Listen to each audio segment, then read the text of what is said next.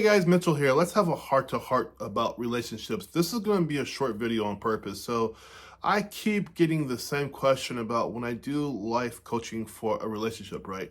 So relationship coaching, what am I looking at? So the first thing I'm always looking at, I look at a word called commonalities. That means things that are similar.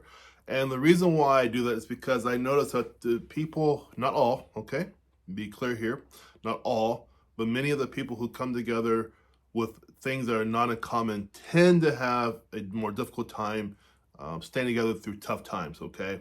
Not all, of course. We have some great couples who are completely opposite, right? Like me and my wife, who are happy together. But on a common basis, that's what I'm looking for. People who are the most divergent in their backgrounds tend to have in time some harder problems. So what do I mean by that? Things like education, right? So there's a couple things in education also. People who tend to be near the same education level, they tend to get along better, right?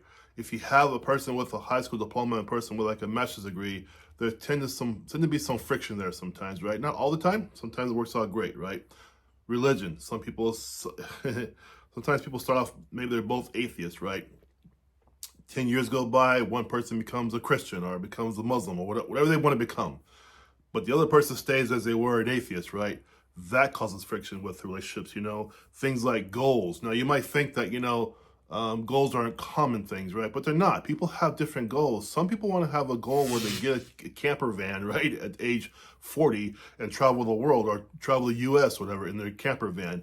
Other folks might want to say, no, I want a big old garden in my backyard. I mean, those things we have to keep track of because those goals that you have do change or they can change. So either you have to be flexible to those goals of your partner or there's going to be a problem, right? And you don't have to say, okay, that's the end all be all, but expect that because as life changes, we change. No one stays the same at 20, at 30, at 40, at 50. You should always be evolving, becoming new and better every 10 years, every 5 years. You should not be the same person you were 10 years ago. If you are, then we need some coaching, of course, right? So you don't want to do that. Also, please subscribe to my channel. Really appreciate that. Another thing, too, is a huge one these days are kids. Now, I'm a different generation. A lot of my friends had kids very early. 2021, they had kids. I didn't get to that game until I was 36 years old. So I had no interest in kids at all back then, right? I got my daughter. I'm very happy, but that was not my goal when I got out of high school. I wanted to get my education first and see the world. Now I see many people in this generation are really not even looking at marriage as a possibility anymore, and more of like a living situation. Many are staying single much longer. Many live with mom and dad. So those are things you have to consider when you find your partner. Are you guys going to talk about those kind of things? Even buying a house or renting forever. Who knows, right?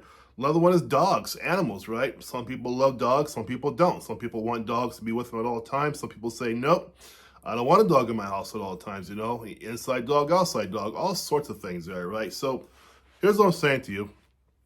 I'll wrap it up really, really fast for you, is that in relationships, you have to be aware that it goes beyond the hotness of somebody, right? Because somebody being hot is not going to carry you through the tough times of a relationship. Being hot does not help you out with a religion choice or maybe a choice of where you want to live for the rest of your life. You might want to live, say, in Maryland.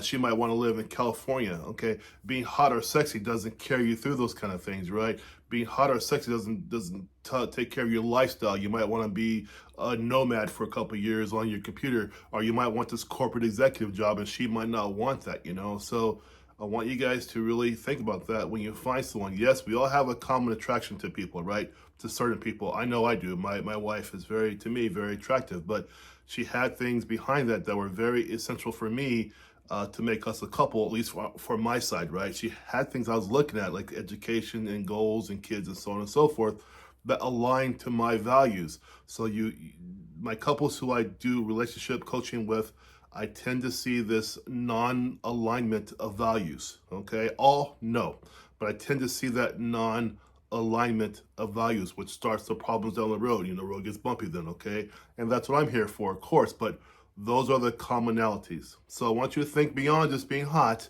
and think about the values that person's bringing to your life, and also, too, what values are you bringing to their life, okay? There we go.